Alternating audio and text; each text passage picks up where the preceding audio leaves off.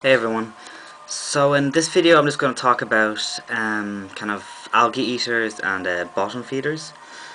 But before you watch it, you should check out this video I did on how to actually get rid of algae without using fish.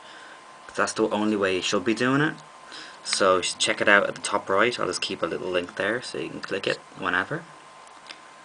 But yeah, so I'm not going to get into all that now. I'm just going to be talking about the fish. So first up, I'm going to talk about Cory's, because I think they're like one of the most popular kind of clean up fish people get, but don't really know. They actually don't eat algae, so if you have an algae problem, you know they're not going to eat algae. And what they do though is they will kind of scavenge in the bottom and eat any kind of leftover food if you have any. There shouldn't really be, but if there is, they'll eat it up for you. Kind of sift through the. They actually prefer sand as well. So, but these are my two old Corys I had. They're around 8 years old, and they should usually be in big schools like 6+ kind of thing. More the merrier. So yeah, and there's tons of species. These are bronze Corys. These two. I mean, there's loads. There's dwarf Corys. There's quite a really large kind of size and medium size. But yeah, they're great little fish. And they're kind of scavengers, bottom feeders. They don't eat algae. So next up would be I'm going to talk about plecos, all the different kind of sizes and types. I mean, the main ones you get in the fish shops, the common ones, are usually the ones that get around 18 to 20 inches or even bigger. So this would be this big lad here. You can see his face. You can see that's actually a full grown around. This guy's around 4 or 5 inches. I mean, you can see how massive this guy is. This I'm not really too sure the name. This I've had him for like 3 years. It don't really. There's so many types of species of Pleco, so I wasn't really bothered trying to find out what he was. But yeah, there's quite a few that get around 5 inches or so. I'll talk about the bristlenose in a second. These are the most common one that people get. But here is what people usually get, and they're sailfin plecos. They're always sold in fish shops to beginners. I mean, they always say, yeah, they'll clean up the tank for you, but like, they do eat a bit of algae, not really, but what they do is just shit all day. They'll have massive pieces of shit hanging from them, and yeah, so and you need a huge tank for them. Oh shit, my mouse isn't working. So I'll just show you a proper picture of him. There he is there. It's, I had him for around 8 years as well, my first fish, along with the Corys.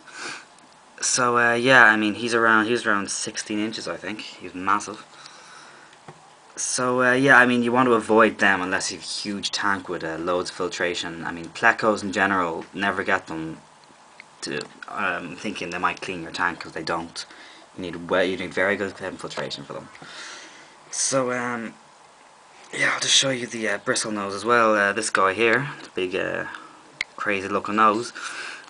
Yeah, these guys don't get too big, around 5 inches or so, but yeah, they do well in kind of small-ish tanks. I mean, they will munch on bits of, again, there'll be scavengers, they'll munch the stuff on the ground. They will eat a bit of algae as well, so a bit of both, but I mean, they're gonna shitloads as well, so they're not much of a benefit if you're thinking they're gonna clean the tank for you. But they are great little fish. So next up are Siamese algae eaters. I think these guys are definitely the best fish you can get to eat algae.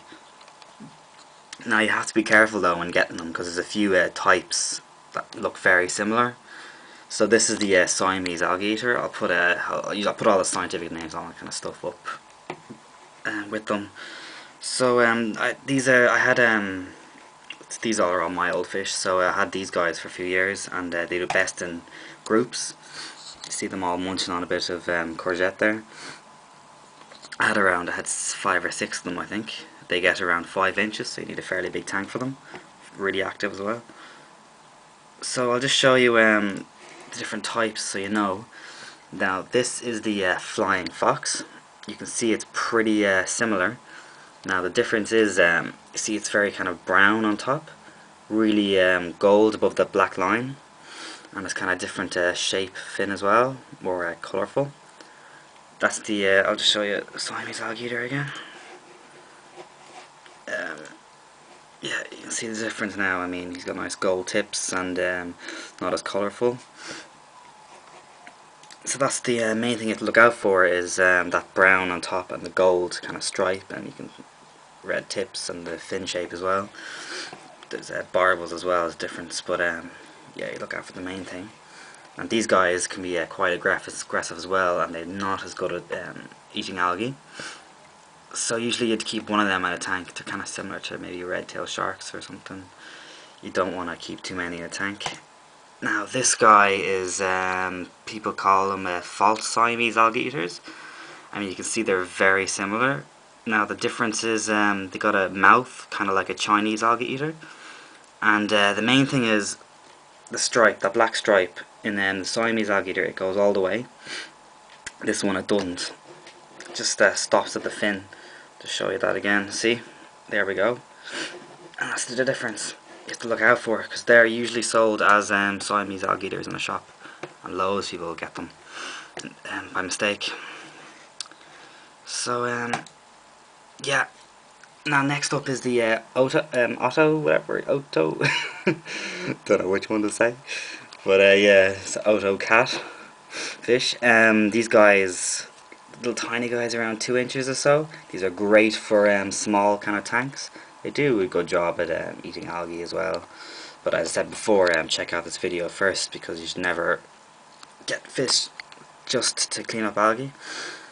They just do got a good job of kind of controlling it, keeping the tank crystal clear, you know.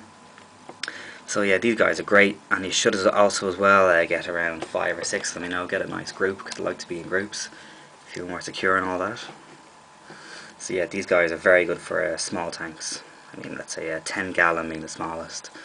Maybe smaller if you know what you're doing. They can actually take care of the water quality. Yeah, as well, they're very sensitive. So usually has to be fully established, kind of a few months before you put them in. After it's cycled, so I mean, let's say 6 months would be a good time to put them in. I don't know. And last up, I'll get into a bit of shrimp. These are Amano shrimp. I think these are great for just controlling algae in a tank. They'll nibble, they'll just graze on it all day, really.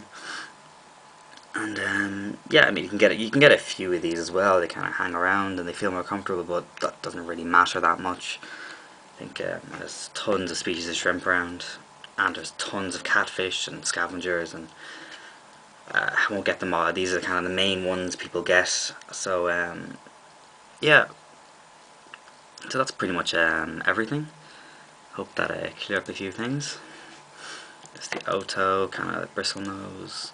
And just remember the difference between these 3 guys.